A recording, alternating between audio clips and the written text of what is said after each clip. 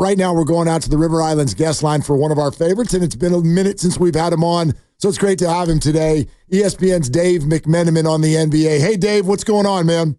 Hey, Mark. Happy birthday, man. Well, it's a big deal, 50. I mean, yeah, I was like, they're like, what do you want for your birthday? And I'm like, I want to talk to Dave McMenamin. That's what I want. Yeah, there you go. Yeah, Wow. So that's what we're doing.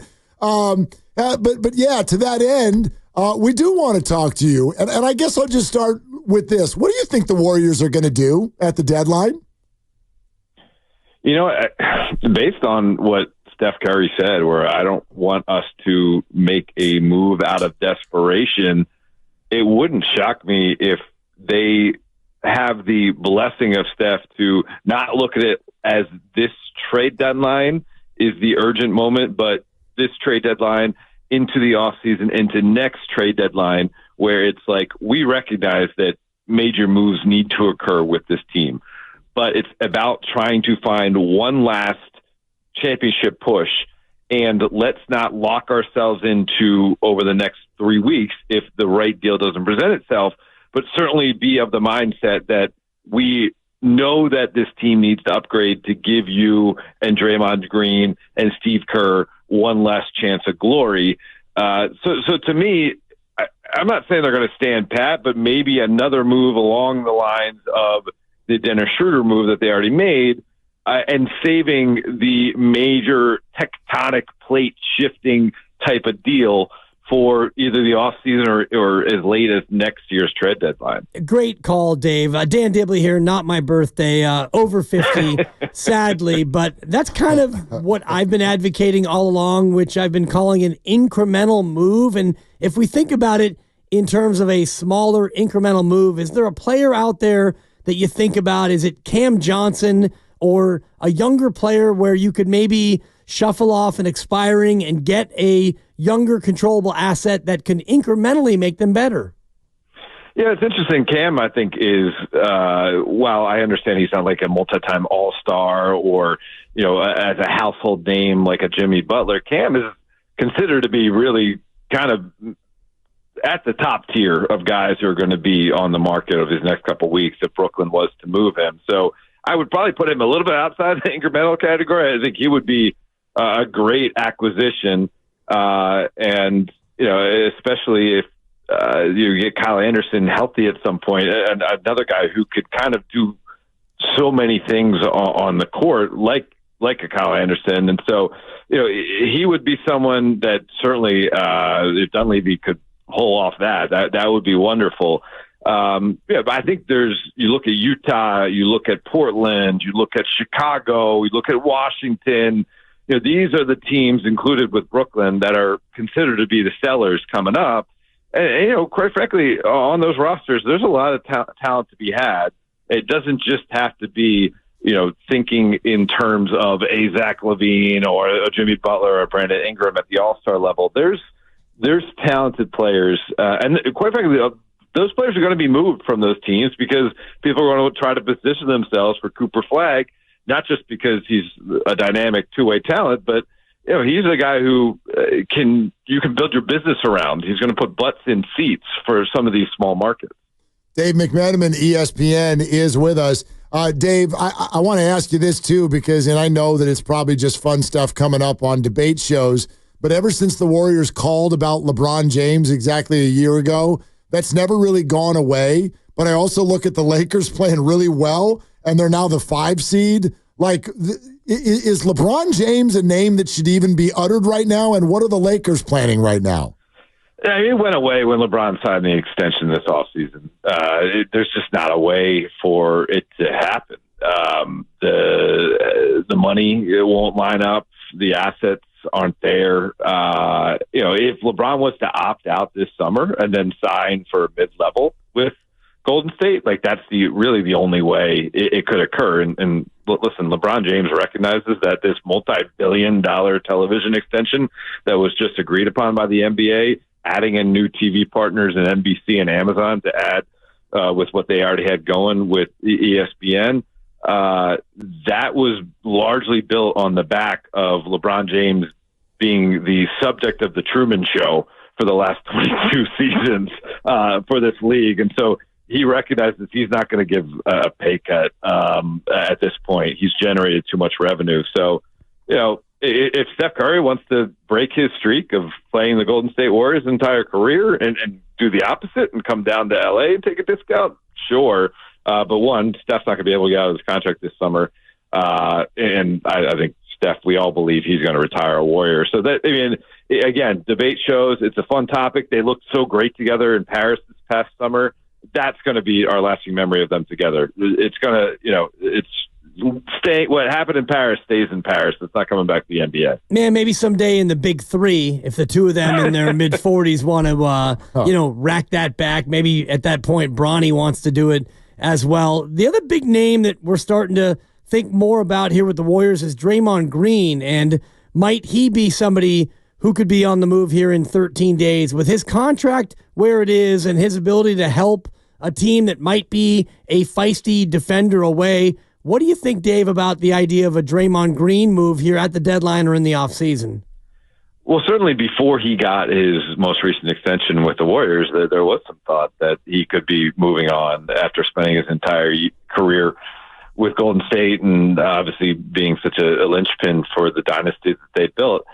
That wouldn't listen, I would say I would still be mildly surprised if it occurred, but I wouldn't be shocked. And to me, if that does occur, that's a signal that there is some plan that the Warriors front office have subsequent to that to rebuild this team on the fly around Steph. And so if I'm a Warriors fan, of course it'd be tough to see Draymond Green go because he's been so involved with winning. But the whole coming back to the Warriors, I imagine, would be with a plan in place to even add further pieces in the offseason, maybe next year's trade deadline, to re-envision the team around Steph. Now, part of Draymond's problem is he hasn't been able to be on the court as much over the last couple of years because of the situations that he wrought upon himself, the infractions, obviously the suspensions, we're all aware of that.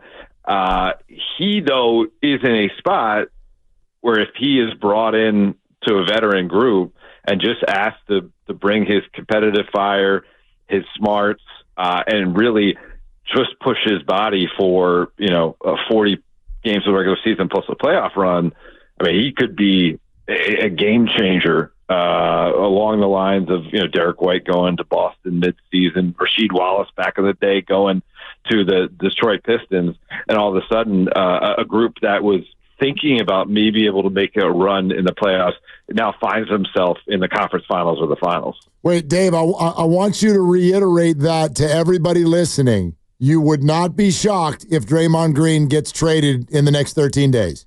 Incorrect. I said I would not be surprised, but I would be shocked. You would be shocked. Not surprised, but shocked. Got it. Okay. Yeah. Okay. Yeah. What I wonder, and I don't know how much you've been following. No, you got me right. Yeah. I said I would not be shocked, but I would be surprised. Okay. I don't want to like a mild surprise, but you think that is like there is potentially an avenue there. Yeah, I mean, certainly it would have to get Draymond would have to most likely, introduce the conversation. Clearly they, as an organization, have done right by him, stood by him at every turn. So I don't think it would be a unilateral move where the Warriors just said, oh, we found something out there.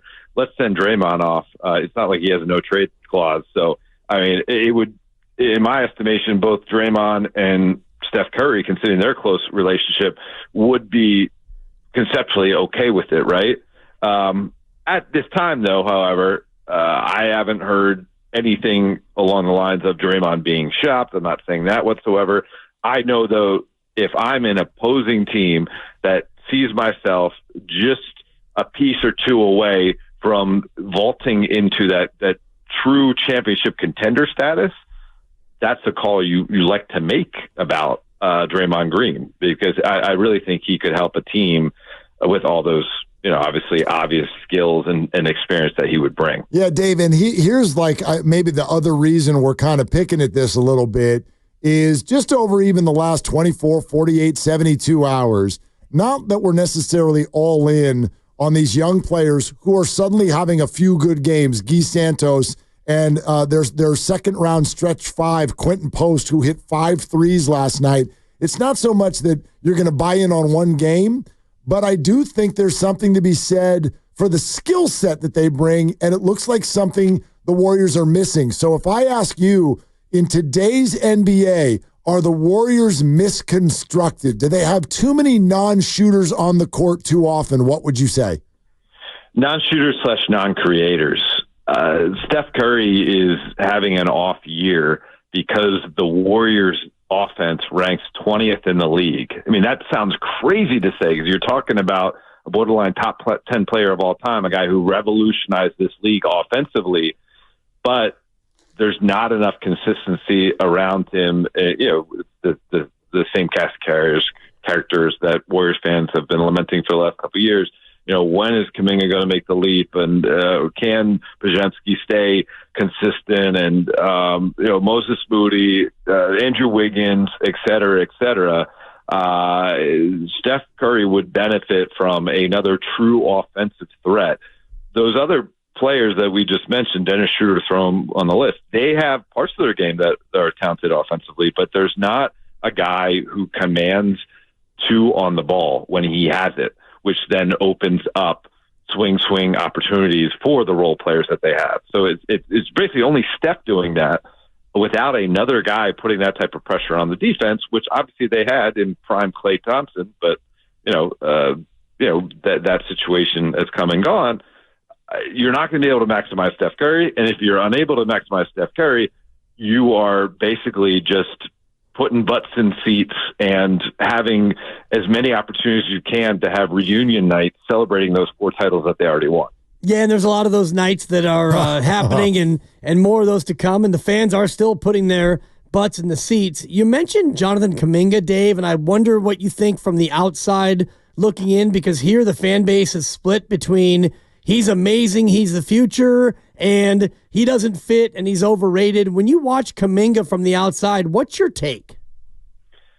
He is a guy that looks like he was made in the lab when it comes to what you would want from a wing position player in 2025 in the NBA. The skills are there, the athleticism's there, the consistency is not there. And, the thing about a young player like that, it can't really come unless opportunity remains. And then when there's a overwhelming amount of opportunity, then you can kind of decide whether they have the ability to maximize it or you want to sell on the potential because you'd rather get someone that's already established, even if they are older, and you'll risk the chance of Kuminga blossoming into a multi-time All-Star because you feel like he might be able to reach that, but he's not going to reach it in a timeline that will coincide with what's remaining of Steph Curry's prime. And so, listen, I am more, and I've covered a lot of veteran teams that have won championships. I've been fortunate to cover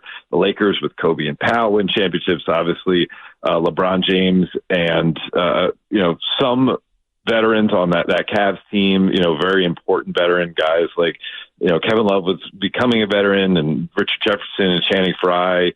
J.R. Smith, certainly veteran at that point, them winning in 2016, and then LeBron and Anthony Davis and Rajon Rondo and Danny Green, all veterans winning in 2020. I am more of the opinion, if you have a star, a true star, a monumental star, one of the greatest players ever to play the game in a diminishing prime, you're better served putting him next to veterans versus younger players. It's just the way things are. It's hard to be a young player and perform at the level that you need to in order to get the most out of a diminishing window for a veteran star. Dave McMenamin, ESPN. Dave, real quick, 13 days from now, Jimmy Butler's situation is what?